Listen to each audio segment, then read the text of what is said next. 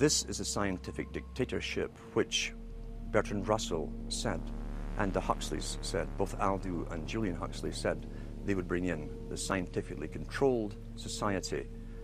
It's not just family planning, which really means abortion and so on.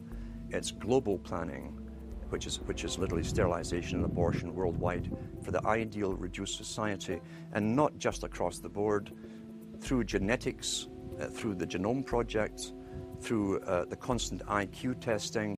Nations rise and fall. They knew how debt could never be recuperated. They knew that disease or prolonged war could wipe out the population and the future populations that pay off debt. So these guys all work together. That's why it's no surprise that today you have Lord Rothschild coming out, pushing the latest scam or religion that we must all believe in, which is global warming, which his personal bank, his family's bank in Switzerland, will be in charge of. They've run the system, the whole economic system of the world for the last 250 years. So why shouldn't they also run the economic system for the next few hundred years? We tie this in with the Brzezinski. Brzezinski said in 2 Ages, now this guy was way up with the NSA. He's a master geopolitician. He admits that he works in 20, 50-year periods to do with geopolitics in other countries. But he said himself, the public will shortly be unable to think or reason for themselves. It was meaning by the form of information that was given to them, the type, the formulas that were in use then in the 1970s. He says, eventually they'll be unable to think or reason for themselves. And eventually, he said, they will expect the media to do all their thinking and reasoning for them. Well, that's happened today.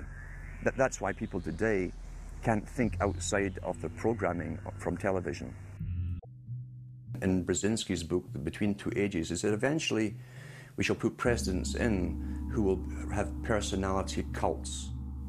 We shall create massive personality cults for these people through the same techniques as Hollywood has used. Obama is that man today. You could not have gotten a more perfect setup for a takeover from a previous government, the Bush regime, than the Obama regime. Now, there are some authors out there already saying that it's the same bunch, and it's true. It's the same bankers who put the same boys forward.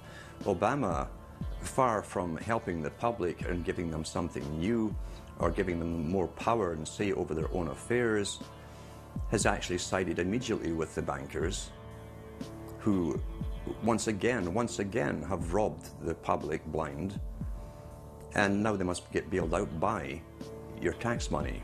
But it's a more sophisticated form of slavery, and we're going through it today. We see the taxation is going up all the time with the supposed crash of the banks that was not a happening out of the blue. It was set up for this time.